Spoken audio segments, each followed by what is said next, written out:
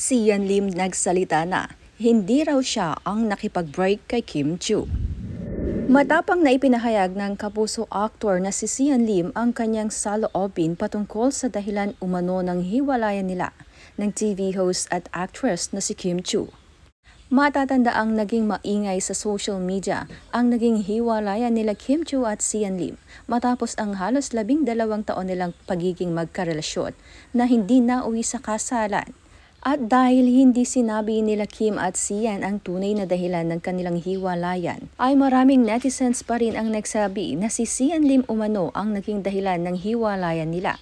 At mayroon pa ngang lumabas na balita na bago raw makipag-break si Sian Lim kay Kim Chiu, ay nag-request pa daw ang aktor na ipagluto siya ni Kim ng steak. Kaya naman sa isang interview ay diretsang sinagot ni Sian Lim ang mga haka-haka na may kaugnayan sa hiwalayan nila at sinabi nitong fake news at walang katotohanan ang lahat ng mga kumakalat sa social media.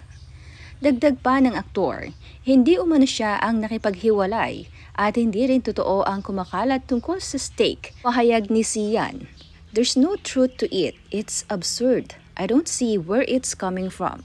Is it because people are using us for entertainment? I cannot orchestrate that. I wasn't the one who initiated the breakup. All this fake news, all this dagdag bawas are just too much already." Nilinaw din ng kapuso actor na hindi umano totoo ang cheating issue o third party sa hiwalayan nila ni Kim Chiu.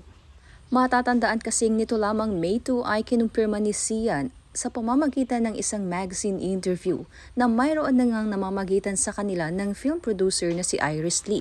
Ayon pa sa aktor ay totoo ngang tumawag siya kay Kim, ngunit hindi para i-anunsyo na may relasyon na nga silang dalawa ni Iris. Tumawag umano siya kay Kim upang pakiusapan ito na maglabas na sila ng official statement na hiwalay na sila at sa maayos na paraan.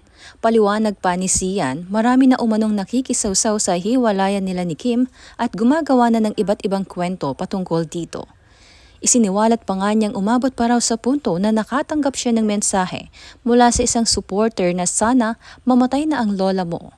Pahayag pa ng aktor, "It had already gotten way out of hand during the 2 weeks since we broke up, so I had to give her a call. This was around November. I was actually begging Kim, saying we should release a statement that we've already gone our separate ways, that we separated on good terms at walang sigawan. Of course, there were tears pero walang masamang tinapay.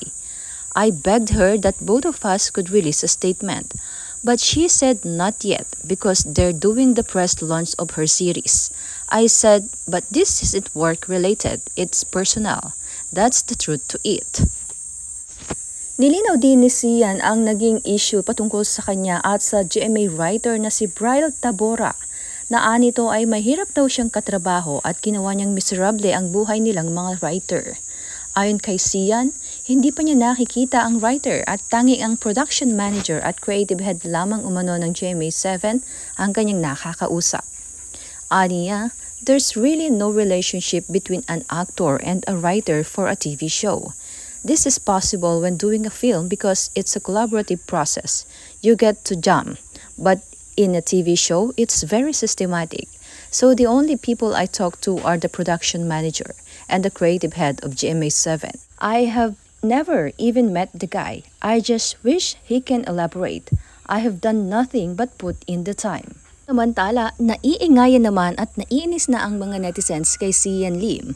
Komento ng isa, "Pag ang ex na lalaki panay panira sa babae, asahan nyo sa next GF niya, ganyan pa rin siya pag mag-break na sila."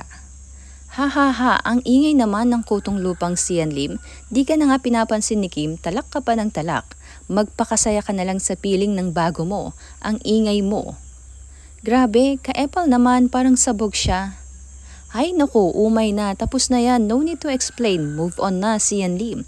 Naka-move on na nga si Kim, siya na ngang nasaktan, ang dami mo pang kuda.